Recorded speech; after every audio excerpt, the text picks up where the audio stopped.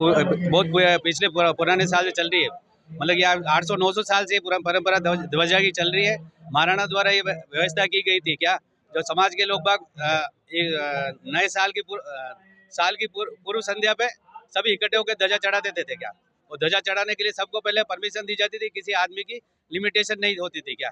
आज की तारीख में महाराणा ने उसकी लिमिटेशन में कर दिया और 10 आदमी की व्यवस्था की। और 10 आदमी की व्यवस्था करने से बाहर से आने वाले लोग बाग मंदिर में जा नहीं पाते और मंदिर में उस काम को सिस्टमेटिक ढंग से नहीं कर पाते। तो हमारे मतलब महाराणा से निवेदन है कि हमें पुरानी परंपरा में चलाते हुए सनातन कार्य को आगे बढ़ाने का हमें मौका दिया जाए, जिससे कि जो व्यवस्था चल रही है उसको सुचारू रूप से चलाया जा सके। जो आने वाली जनरेशन को भी उस चीज़ का ज्ञान हो सके कि ध्वजा कैसे चढ़ती थी, क्यों चढ़ती थी, कितनी पुरानी है, ये इस हिसाब से होना चाहिए क्या। हमारे समाज के बारे में सोचते समाज में अच्छी शिक्षा हो, सबके अपने अपने कार्य अच्छे चले और सब अच्छी तरह से अपने काम को संपन्न करे। अपने समाज के हित को देखते हुए अच्छे कार्यों को प्रकृति करे। कोई बुरी चीज चल रही है तो उसको बंद करे।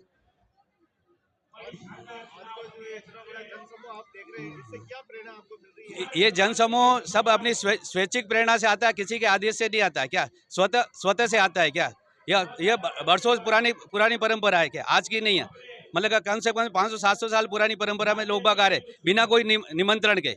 न तो समाज का निमंत्रण होता है, न कि महाराणा की तरफ से कोई निमंत्रण होता है, मतलब श्री जी की तरफ से। भाई अपने आप में जो परंपरा चले रही उस परंपरा को अटेंड करते हैं।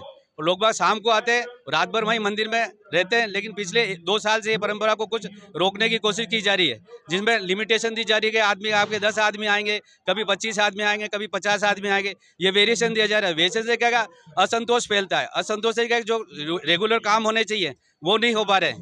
तो हमारे ट्रस्ट से ये निवेदन है कि जो परंपरा पुरानी चली आ रही है उसको नियमित किया जाए, जिससे कि किसी भी काम को रेगुलर किया जा सके।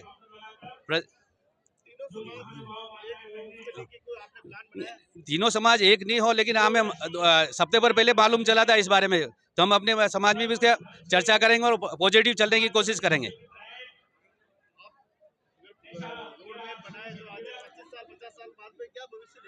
25 साल रोड मैप तो चलो समय के हिसाब से बनाना ही पड़ेगा।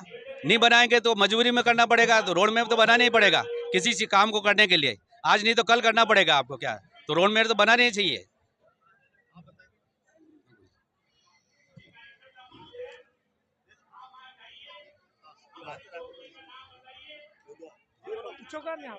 आज हम पुराने जमाने से जो परंपरा चली आ रही है कैलाशपुरी में ध्वजारोहण की, यह विश्व की सबसे लंबी ध्वजा में मानी जाती है। और इस ध्वजा कार्यक्रम में 3 समाज के प्रतिनिधियों द्वारा भाग लिया जाता है, सिपा दर्जी, सुई दर्जी और एक क्षत्रिय दर्जी। तीनों समाजों द्वारा एकलिंगनाथ जी भगवान को ध्वजारोहण कराया जाता है और यह प्राचीन काल से परंपरा चली आ रही है। जैसा कि आप देख रहे हैं, यहाँ पर 3 समाज के व्यक्ति एक साथ इस कार्यक्रम को संपन्न कर रहे हैं। तो समाज के अंदर एकता लाने के लिए आवश्यक है कि हमारा जो समाज अभी बिखराव की ओर है, आज हमारी बहन बेटियां दूसरी समाज में शादियां कर रही है, तो उसके विखंडन को हमारे को रोकना आवश्यक है। नहीं तो आने वाले समय में हमारी समाज क्या होगी ये हमको कहने में भी शर्म आएगी कि आपकी समाज क्या है। तो हमको ये कहना पड़ेगा कि हम 36 समाज की कौम में हैं। तो इसको विखंडन को रोकना बहुत आवश्यक है कि समाज के अंदर ही सामाजिक शादियाँ हो।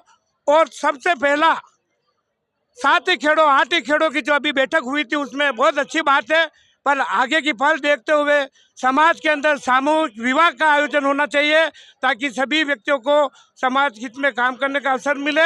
जय भारत, जय हिंद।